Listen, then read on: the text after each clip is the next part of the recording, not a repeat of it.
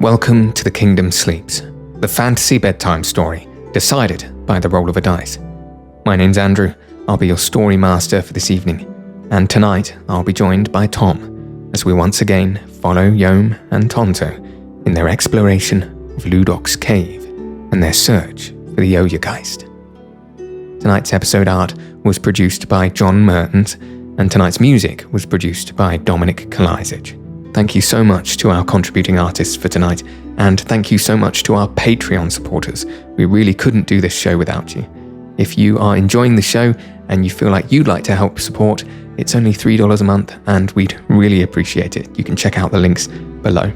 But if you haven't got the funds to support, which I appreciate, a lot of people don't, especially in this time and place we find ourselves, then one of the best things you can do is help the show by either following us on Spotify or Apple Podcasts or YouTube, wherever it is that you happen to be listening, or even better than that, write a review for our show, either on Spotify, on Apple Podcasts, or by leaving a comment on YouTube.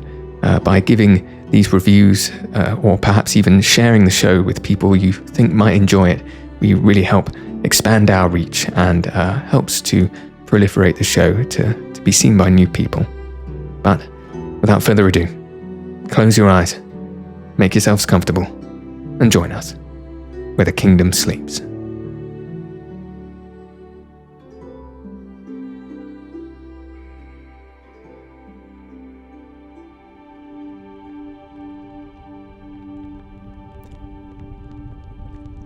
Holding your torch aloft as its crackling, burning heat echoes in the tunneled cave in front of you. You follow those iron tracks along the floor, deeper into the mine. And as you walk one step in front of the other, you'll notice these tracks bend downwards, and this tunnel is at an angle, not quite a 45-degree, but sloping down. The more steps you take, the more you begin to realize that you are certainly moving underground now. But still, for some time, this tunnel goes on. Interestingly, you will note that unlike in that short entranceway through which you came into the main chamber of the cave, where you saw those small little alcoves, those holes that appeared very similar to those which the Mamu carved their way through the rock. You see none of those here. Merely the man-made, dug-out tunnel with its somewhat jagged surface. And after what is some minutes of walking, you finally begin to see adjacent tunnels that move off to the left and right on either side. And it is at this point that Tonto begins to tug on your cloak from behind. Yohm, there is brightstone, a lot of brightstone here. I can feel it, and it makes my head feel funny. It is a lot. I will see how much further I can go, but I may need to wait. It's okay. That's okay. Do either one of these sides seem better or worse to you? It's everywhere, Yohm. Okay.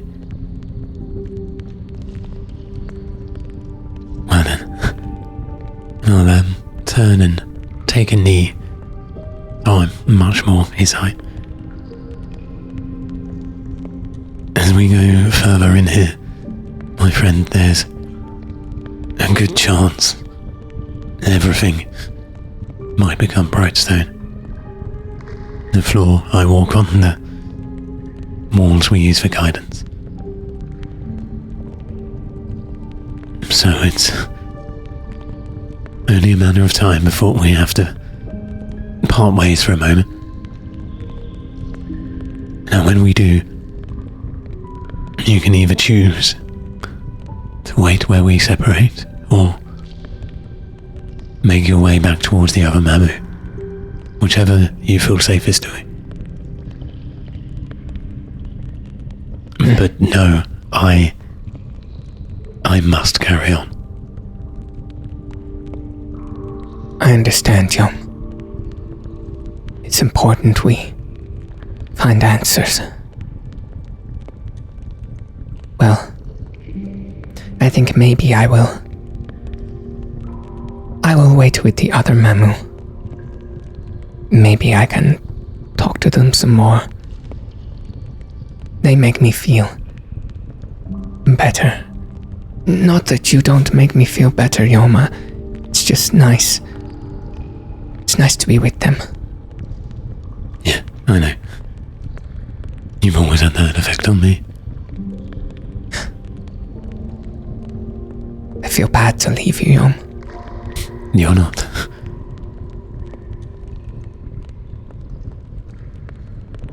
I will wait for you in the main chamber. And, I don't know why, but if, Tonto, just if, you hear or feel me for whatever reason, calling out for you, if you hear me calling, come. And bring all of them, okay? I will try. I promise I won't do it unless it's necessary, and unless I'm sure it'll work, but I think there's a reason why they don't want to leave here either. They could have just left long ago when it started going wrong, but they didn't. They're staying here. So, whatever may happen down here, there may be a chance I need all of you to help. Okay. If we can help Yohm, we will. We'll come as far as we can. I'm sure of it. Alright, now come in. And I put him in for a almost awkwardly long squeeze. Tonto leaps towards you as you do so and nuzzles into your neck quite affectionately, and as he does so, you can see that his radiant yellow glow begins to warm slightly, and you can see his hues actually begin to brighten on the crooked edges of the tunnel around you as a shimmering glow emanates from him. And he whispers to you, "Be safe, Yohm. Do well.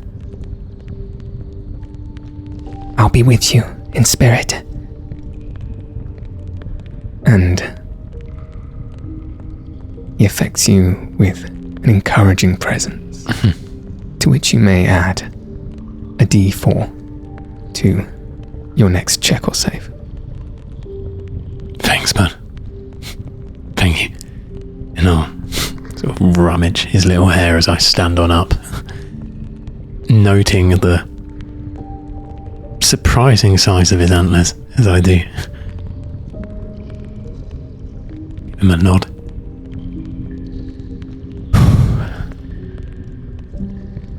and carry on going down. Tonto, looking back at you just once more as you continue,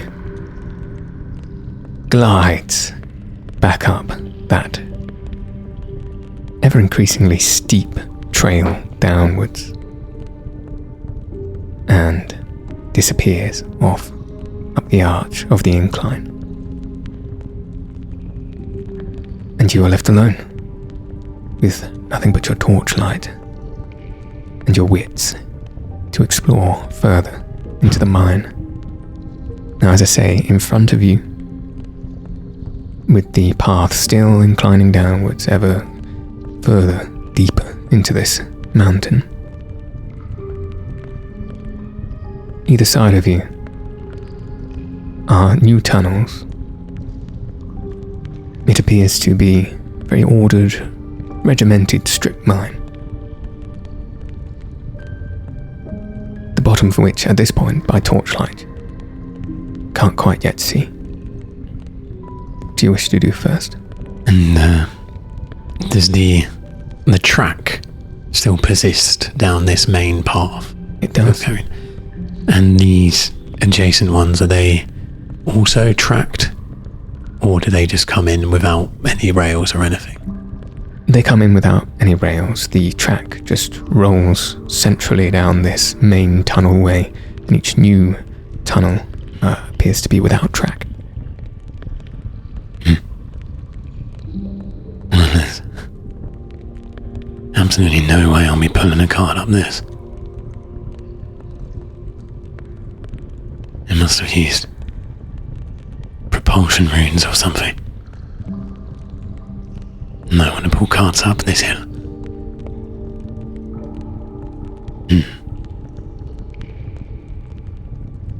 I'm going to just look again on the floor around me for a bit of loose pebble or stick or broken timber.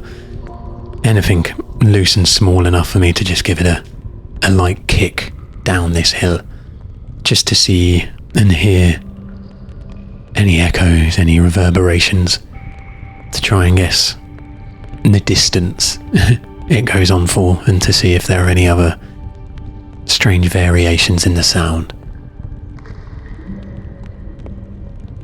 You can quite easily find a small enough, kickable enough piece of rubble on the floor beside you. And as you crane your leg back to just chip it down towards the other side of the mine, it kicks up into the air. You can hear it land as it tumbles further and further, gathered by the momentum of this inclining hill downwards. And you hear it reverberate as it scatters and scatters, until just at the end, you hear a sound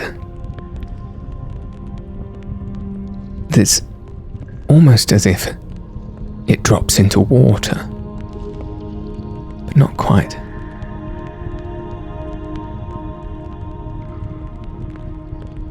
Then Yohm will start slowly walking down this main central path. At first just looking in to the adjacent smaller tunnels, just trying to glance down there and wondering what he sees.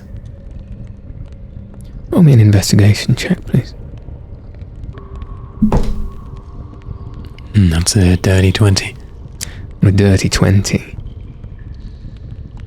you get a great look down each one of these individual tunnels carved either side of you, poking your torchlight in each one. The general idea you get as you progress further and further down is that these tunnels at the start have been spent, exhausted. They go on far, and you can see that they open out a little down the ways into larger caverns and seem devoid of bright stone. And some of these caverns actually adjoin into the cavern of the tunnel next to it, almost as if they've come into each other. And so closer to the entranceway seems to have been mined to exhaustion. And this is a repeating pattern as you go further and further down. And as you get closer and closer, you begin to see where these large deposits of bright stone lay, shining your torch down at some of these ones further down the way,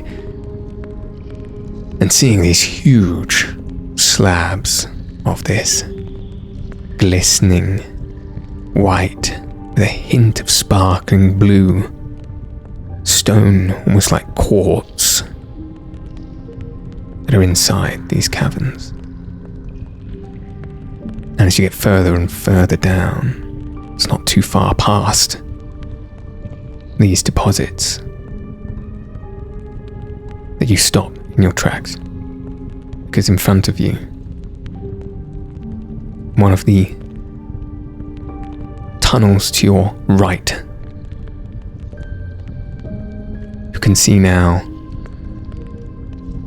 a huge mass of this undulating black matter that fills the entranceway of the furthest tunnel away from you on the left, as if it is rushed and oozed out and spills out onto the floor and weaves a small curved shape towards your feet that lays now perhaps 20 feet away. I was just maintaining that close to safe distances. I was going to try and utilize his other senses for a moment, as he's never really been that close and personal with this matter. Is there any distinct smell in the air? Does it make any sounds as it undulates on itself? Roll me a perception check, please. 14. You lean in slightly closer in order to get a better use of your other senses. As you take a deep breath to smell the atmosphere, there is something decidedly sour about the presence of this black matter. Perhaps like a deep smell of copper mixed with grapefruit.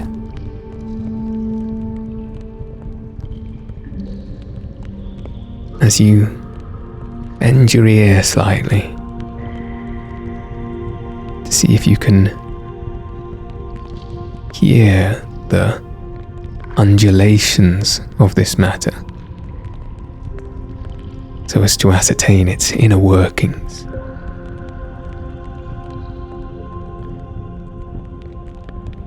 It certainly sounds viscous.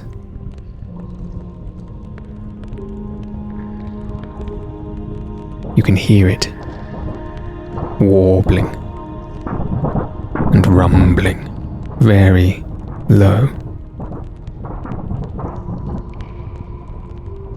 like water moving underground.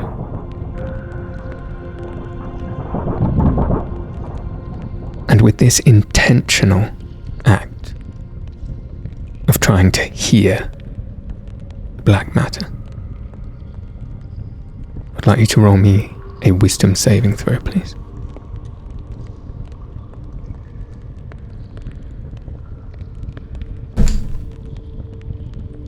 That's just going to be a 4.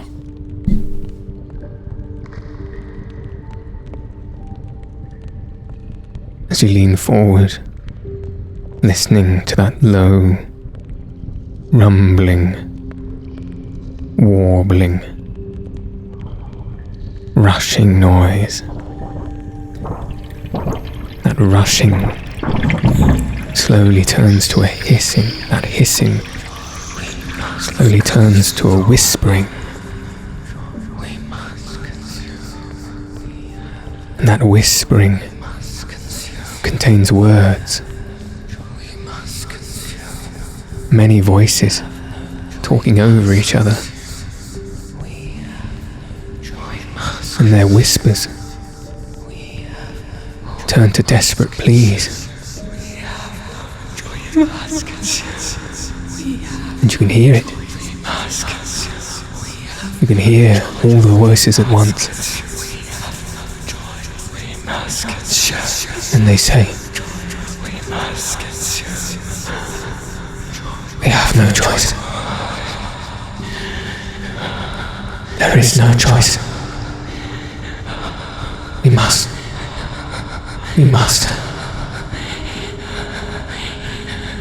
We must consume.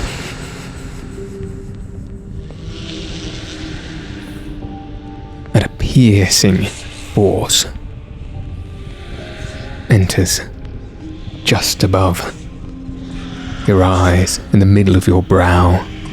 You can feel it like a hot poker in your brain.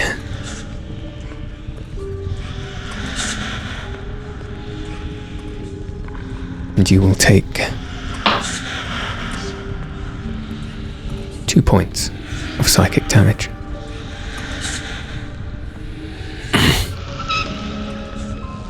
Be quiet.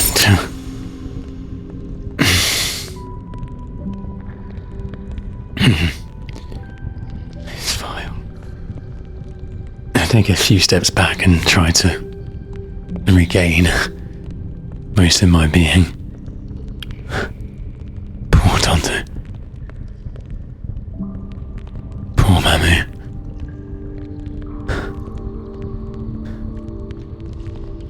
This consuming. It's consuming the Brightstone. Why?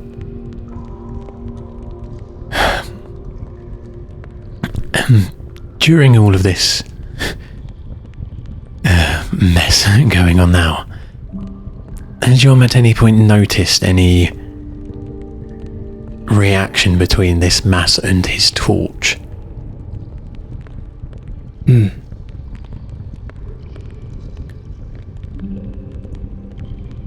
he's not Not deliberately really. tested it as such, but in his passing when he was leaping perhaps, is there any point as the light or the fire itself seem to have any effect on it? Roll me a retrospective perception check for that, please. 17. I think on a 17, Yohm, although he wouldn't have necessarily put the two things together until this very moment when he thought about it, will now notice that the fire seemed to make the curve that swirls towards his feet almost recede slightly, though perhaps at the time he couldn't tell whether that was a trick of the shadow within the cave, but on a 17 he could almost be sure that it receded in the presence of this torch.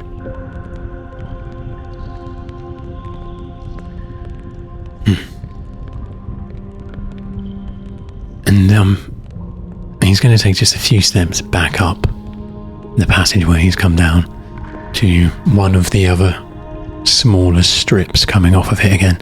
Hopefully anyone with some Brightstone deposits still quite obvious, but if he finds one he will very carefully check to see if any of this matter is around or nearby, and hopefully if there is some Brightstone clear of any of the matter he will try and just loosely gather some, whether it's from the ground or a rough bit breaking off himself, if he can.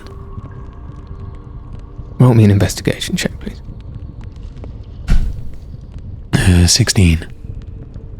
With a 16, it is difficult, as the work of the miners appears to be relatively neat in this area of the mine, to find good, solid, but small enough chunks of brightstone for this purpose. But upon some searching, Yohm just about manages to find a sizable chunk about the size of his palm.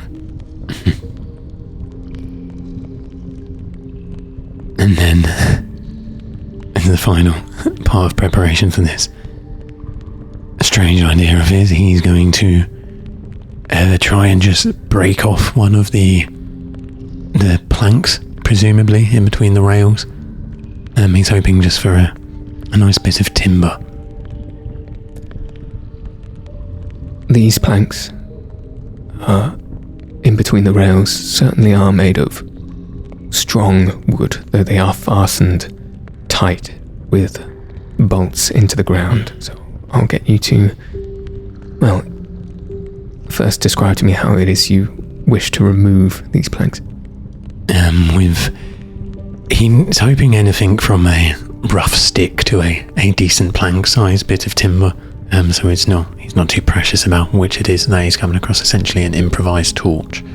So depending on what's laying around, he will either take the brightstone he's already found and use that to, essentially as a very rudimentary hatchet, work away at a small bit of wood and pry that off, or failing that, he will try and find any bit of wood with a bit of bounce on it, or that has a gap underneath from any rough bit of floor, so there's just a bit of crevice in there, and then he'll do his best to either push it down so it can bend and break, or get his foot or arm underneath a gap and try and bust it up from above. Okay.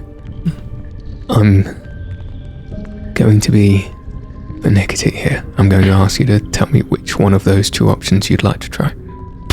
We'll go for the brightstone improvised tool one. Fantastic. In which case, as you see in front of you, what looks as good a plank as any to attempt such a feat, I'll get you to roll me an attack roll.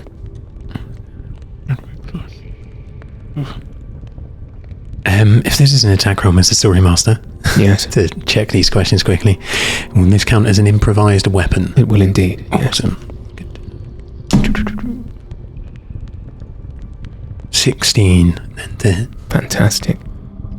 And then raising this piece of brightstone up high above your head, utilizing the chipped away sharp edge to throw it down onto the plank. You easily splinter out the long edge of one of these planks and easily are able to then crane away the rest of it to be left with a long strip of relatively hard wood. And then I'm just juggling with himself this strange idea he's playing with, but nonetheless he seems possessed by it, so he's going to enact it. He'll take, whether it's just a bit of rag, he's still got a loose end from some of the old rope he had, just any way of very loosely fastening the bright stone that he's picked up to the bit of stick he has just made. Doesn't have to be tight, he's not trying to use it as a tool, but just so they are attached as one. Once doing that, he'll give it just a little wobble, weft through the air, see if it feels nice and secure. If it does, he will then rotate it, take the timber end of it, and then light it with his torch. When he is fairly certain that that is well lit and not going to go out, he'll go 30, 25 foot away from the mass where he was at before, where it was curling at, and he will throw it, Brightstone first, towards said mass. Fantastic. Again, not as a forceful attack. He's not trying to harpoon this thing. He is trying to entice and scare it at the same time. And we'll be paying very close attention to what happens.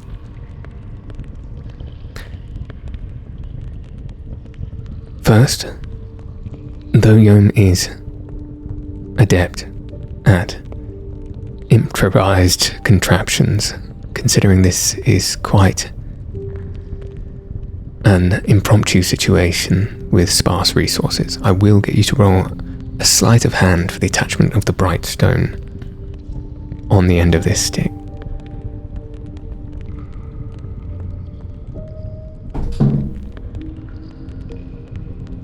And that'll be a 5. Well, you attach it to the end with some spare rag, like you say, that you happen to have. And although it sort of wobbles about within itself, in this sort of almost cocoon that it nestles itself within, and sort of tilts from side to side on either side of the wood, it is attached, so to speak. This being the best you can do, you light the other end, as you say, of this improvised torch, using your own, until you can see a good fire burns. You step back to that distance of 30 feet, and you make the throw, this javelin throw, Brightstone side first. And with the aim to ideally land it just before where this mass is, or just within it, enough so I can hopefully see what is happening as it lands.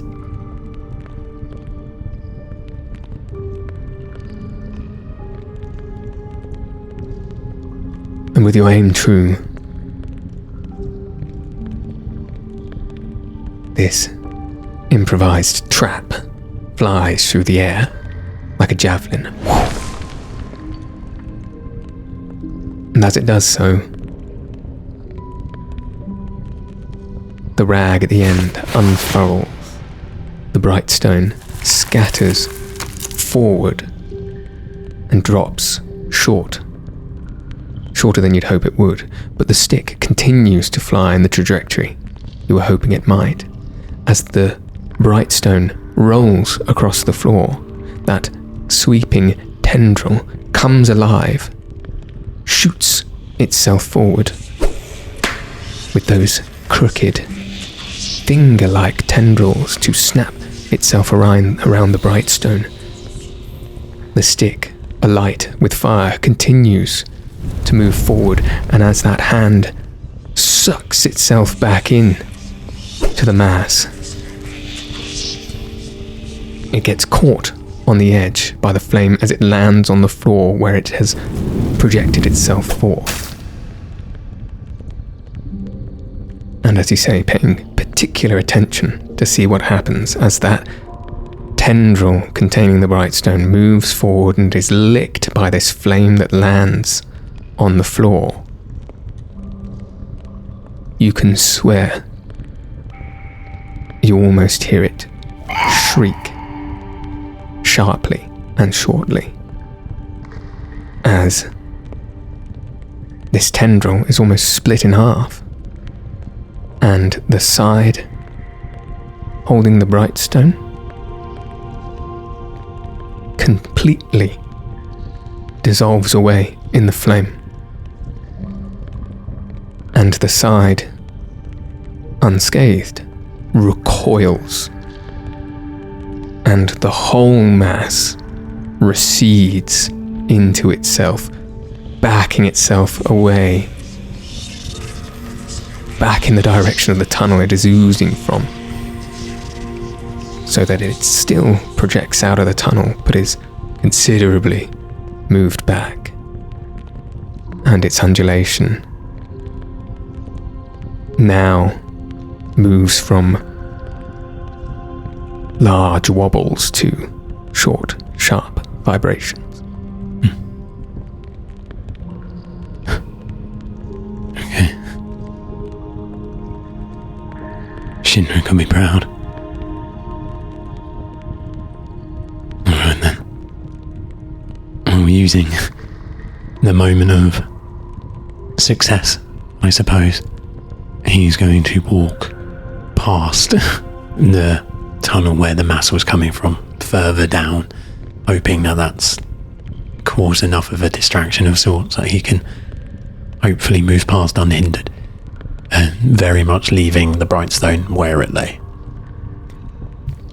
You intend to move further down into the mine past the mass? Yes, if it seems to have receded enough that Yohm would think he'd come past. If it seems like it's still pretty present, he'd make a pretty big deal of swinging his torch around and forcing a bit of passage further down this main shaft. So this shaft tunnel is only just about 6 foot wide, and the mass still takes up most of the path, so you'd be passing it with at most 5 feet worth of distance between you and it, and so you would most certainly need to make some kind of attempt to get past its touch. So you intend to perhaps use your torch.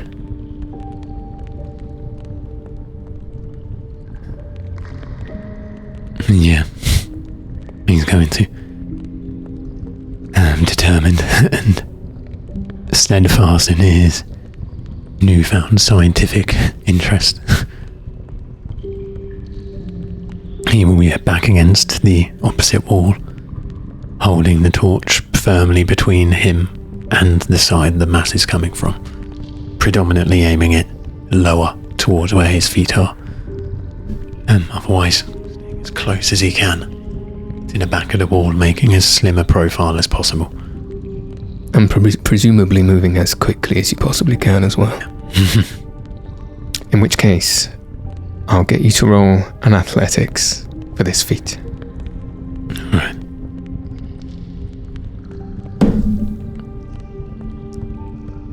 I'm going to add a D4 to this one, using the positive affirmations of my friend Tonto.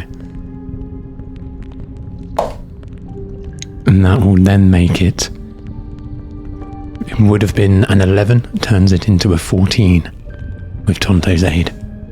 Amazing.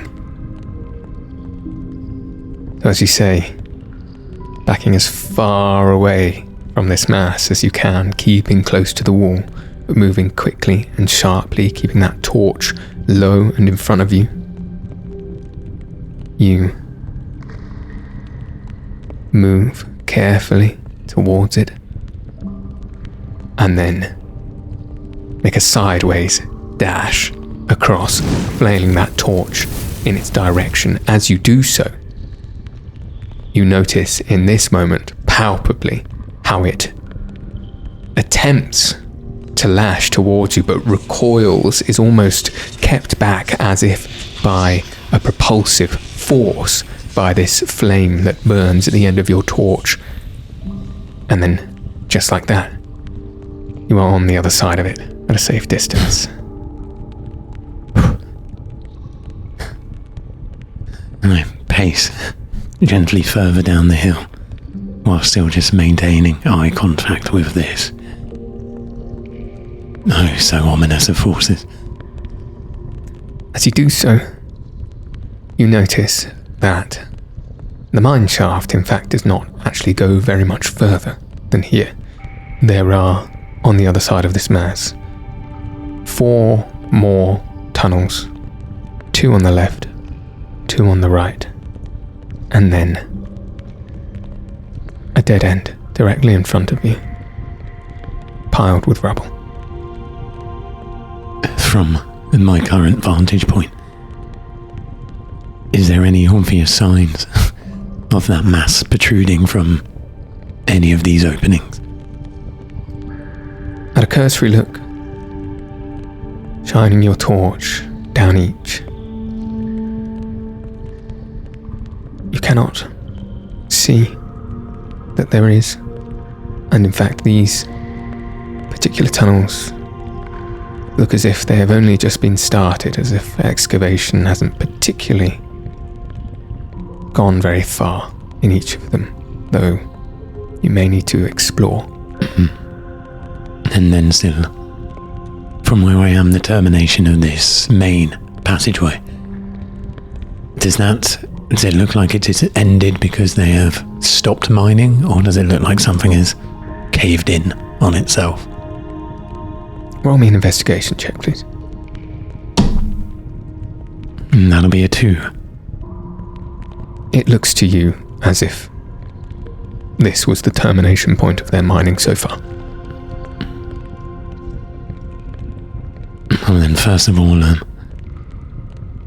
suppose Yohm will go down, or look down at least, one of the passageways that would run parallel to the one that the mass was coming out of. So the same side of the tunnel, I believe, is on the right. So your first tunnel on the immediate right. Mm-hmm. As you pace down it, as I say, it seems that not much work has really gone on so far. And you pace perhaps 20 feet before reaching just a small, slightly wider alcove, as it were, walled with brightstone around you.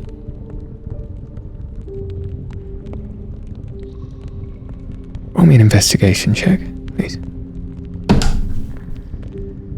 10. In this alcove, you can see the remnants of the workers from this mine. You can see a jacket laid crumple on the floor, a pickaxe leant up against the wall, a small crate made of wood, rudimentary in nature. It looks as if people have not stopped to pick up their tools, but instead left them behind. So this must have been where Gairu was attacked. Presumably, this mass was just waiting behind these walls for one pick swung too far and it erupted.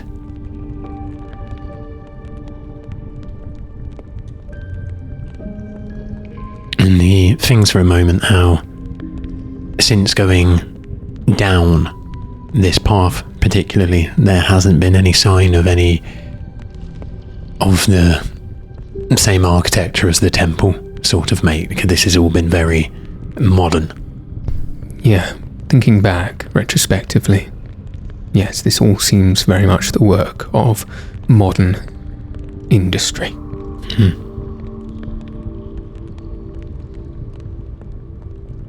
While he's here anyway, he's going to pick up the pickaxe and just carry it with him in an arm for now, and pop back out and just look down one of the other bottom tunnels down here.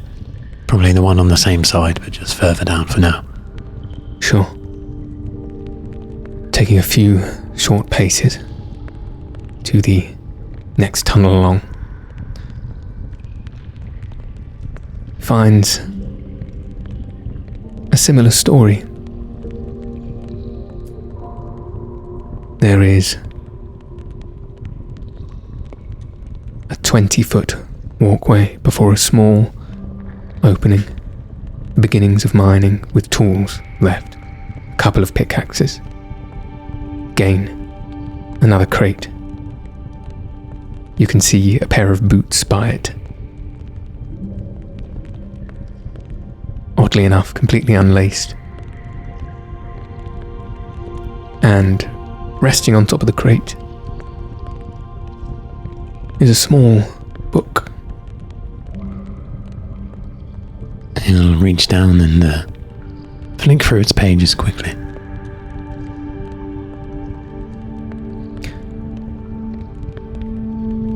Flicking through its pages. Just to try and ascertain what book it is, not to really pass much information from it.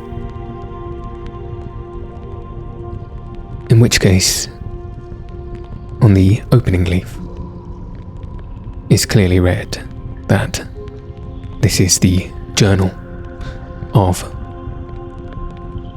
a miner, presumably named Bias Teldrake. Flicking through its pages, you can see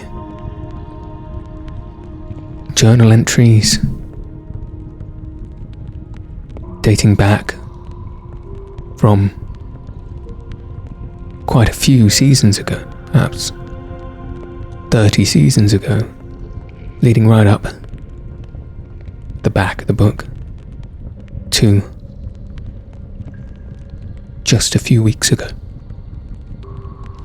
And paying particular attention to the last few pages. Was there anything different about those days? In those last pages, that last entry, Bias writes of a rather strange event. These glyphs tell the night he came to work in the mine alone. He seemed to think that he could earn favour with his superiors and perhaps a few extra marks by finishing off the excavation that his lazier colleagues neglected to do. And he had to do this covertly, perhaps in a way that wouldn't be looked upon as protocol by his superiors, but he was sure that he would be thanked. He was very tired when he came to mine that night, after a long day's work, and as such, when he came to exit that night, walking back through the main chamber, he barely believed his eyes. And he's sure, quite sure it must have been some kind of dream, when he saw the visage of a glowing blue man, a Dwergar, with the skin and form of a Mamu, almost, standing directly in the center of the chamber, and all of a sudden a hole opens up and he glides down below, and before Bias knew it, he was gone and there was no sign he'd even been there. It's something he daren't tell anybody, and has written off for himself to be a feverish, overtired nightmare of sorts. If only. If only, my friend.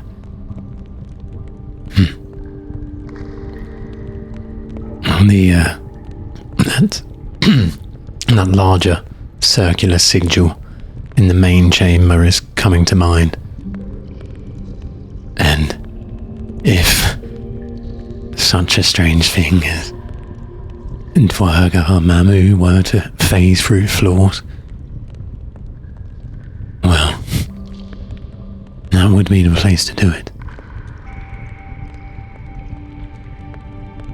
Now, he knows he didn't spend much time talking to the people of this town, but Bias isn't a name he's heard yet.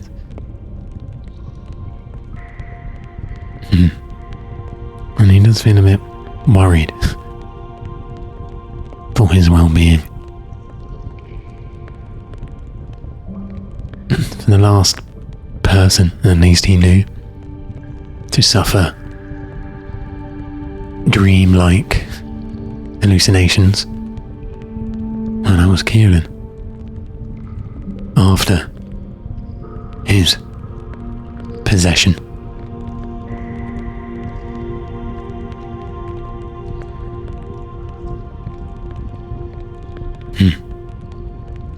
He picks the book up and puts it in his satchel.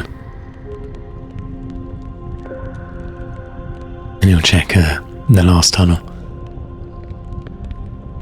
off the flank. The one just directly opposite. Storing the journal in his satchel, he walks across, entering into, once again, a very similar situation.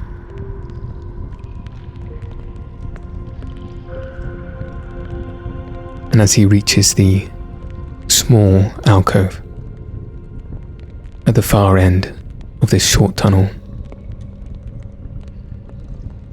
and scans his eyes across this space, in amongst the scattered tools and paraphernalia of the miners,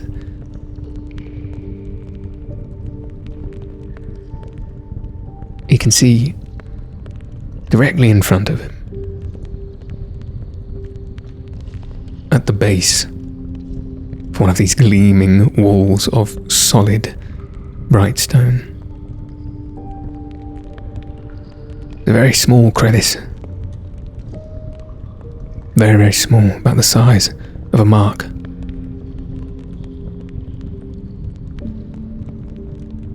And it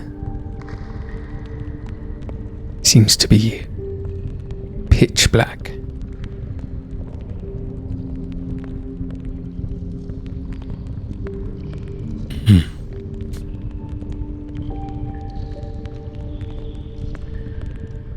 He'll just, I'm still maintaining a healthy distance, wave his torch nearer to that little hole, seeing if it's going to react how we expect.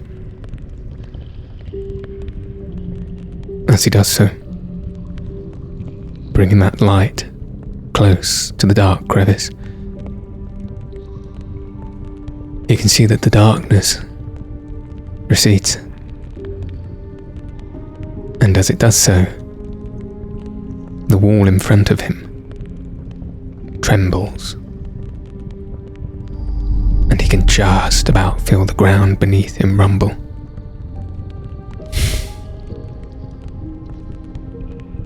Okay. Alright, Yohm. Steel yourself.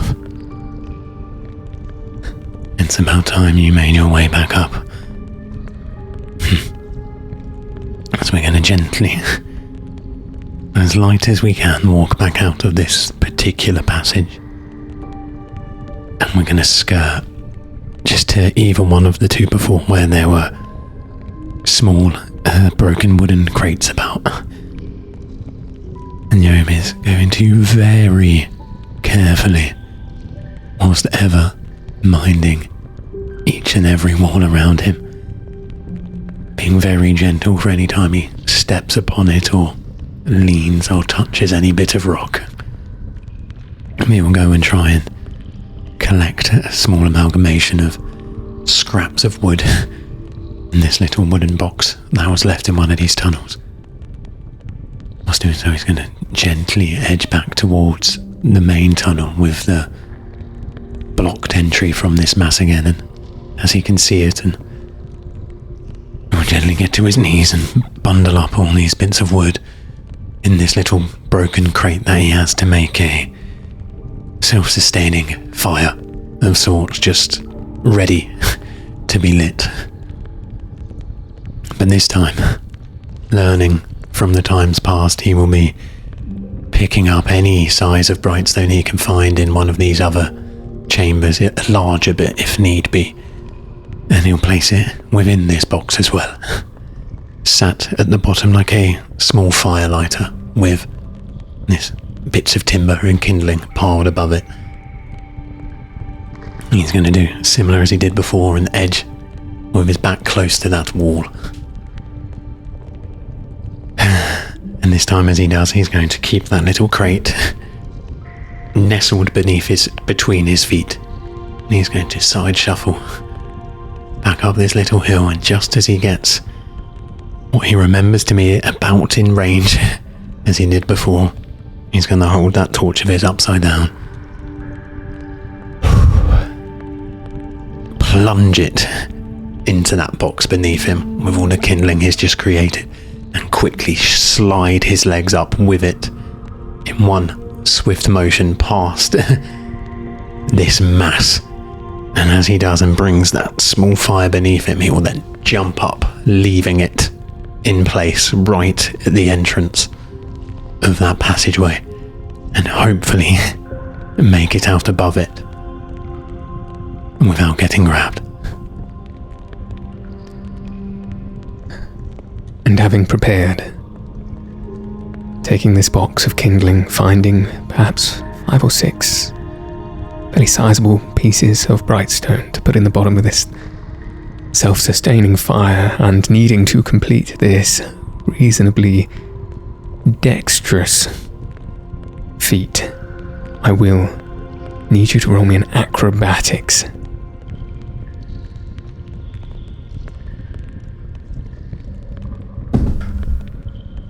That'll be a 12.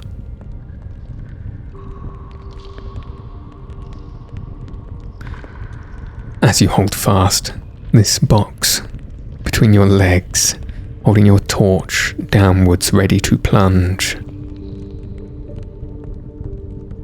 you quickly move into position, plunging the torch down and sliding this box over in the direction of the mass, which, in sensing the brightstone, eagerly snatches out a tendril and pulls it towards itself. But as you do so, your leg trips upon part of the box and you stumble in your attempt to exit away from the mass.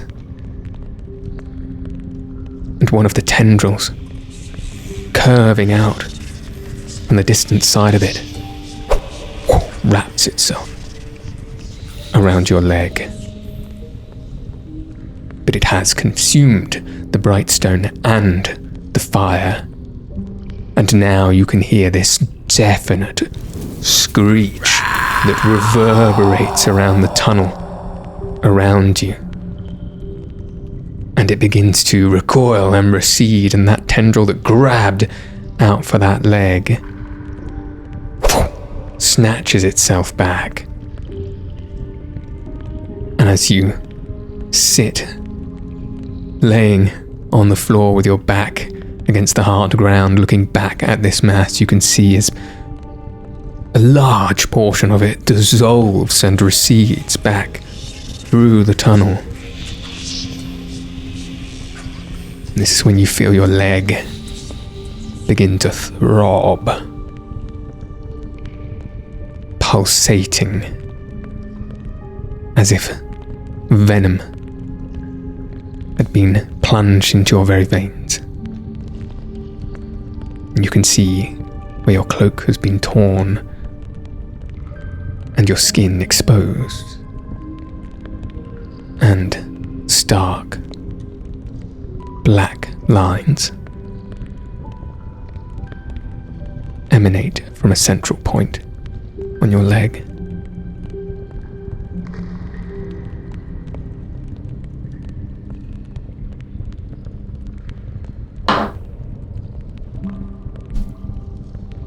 And you'll take 6 points of poison damage.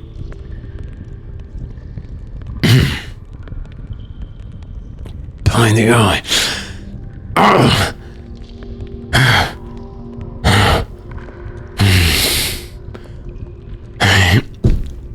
Slide up on his arse. Shimmy away from that boiling massive malignancy. Spits out just unadulterated phlegm as he's bitten down on his lip so hard. And it takes a lot of courage for him to look down when he's pulled himself away a little bit. Does it look the same as Goru's? It looks exactly the same as Goru's. Yeah. And he's going to, despite not being the best at such things, try and, if he can, just perform a bit of a medicine check upon himself. See if there's a clear entry wound of a sort, if there's a place where, dare I say, something may be pulled out from him, or if it is very much something that's just permeated through him somehow. Sure. Roll me a medicine check, please.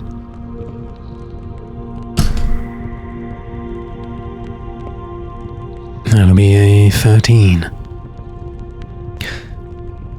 On a 13, with the advantage of this wound that you're analysing being upon yourself, you can not only see, but sort of clarify from the feeling that something of this matter has entered your body. In front of you is, on your leg, what feels like an open wound, although it is thin, quite deep, perhaps half an inch deep, and it feels as if perhaps some of this matter, the very slight, is still within the wound, and you're not sure whether removing it would remove the effects or perhaps just save you from further worsening this injury, but it does seem like some of it remains.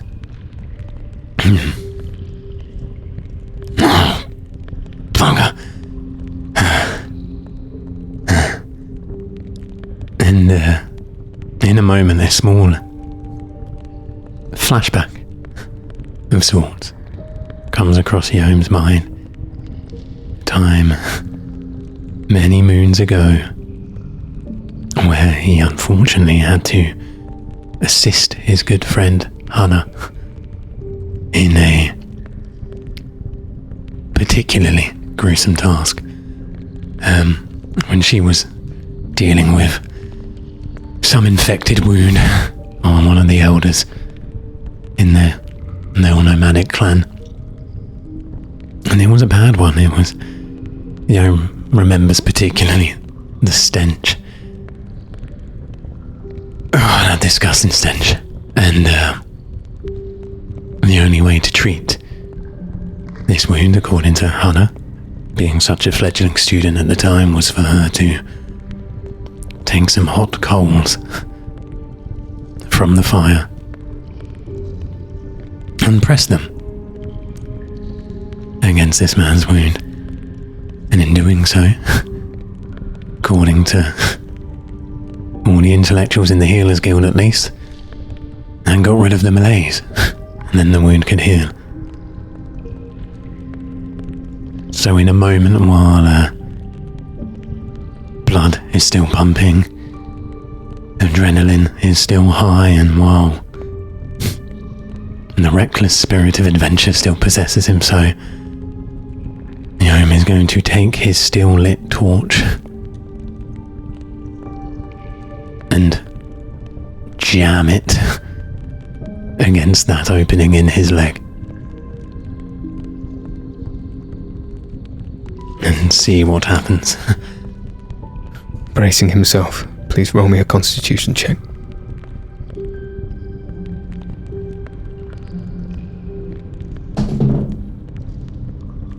That'll be an 8.